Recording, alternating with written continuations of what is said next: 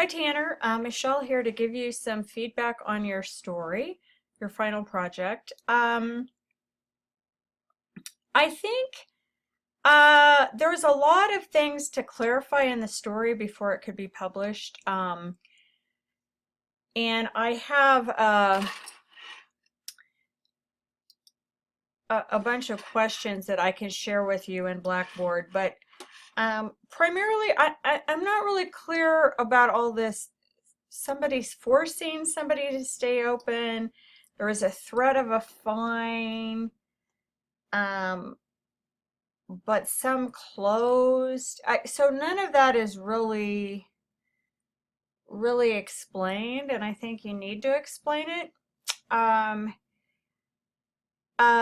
Again, it's underreported. You only really have two sources. So and it's also, quite frankly, kind of an old story, and would be hard to publish unless it had changed significantly and we could kind of be forward looking, which I'm happy to help you if you want to try to get this in shape for publishing. So let's go back to the what's in Newsnet.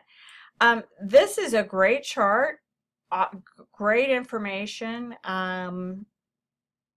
Awesome, actually, that they shared that with you, and really helps the story.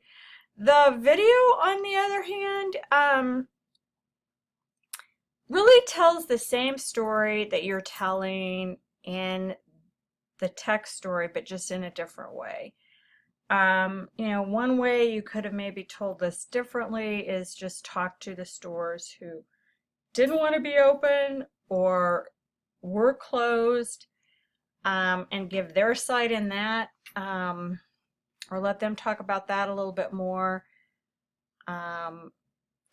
But the way it is, you're pretty much going over the same points that you went over in the story, and we kind of talked about that all semester. The multimedia should add another layer. It shouldn't repeat what's in the story. So those are my suggestions. Let me know if you have any questions, and you can look at the additional comments on Blackboard.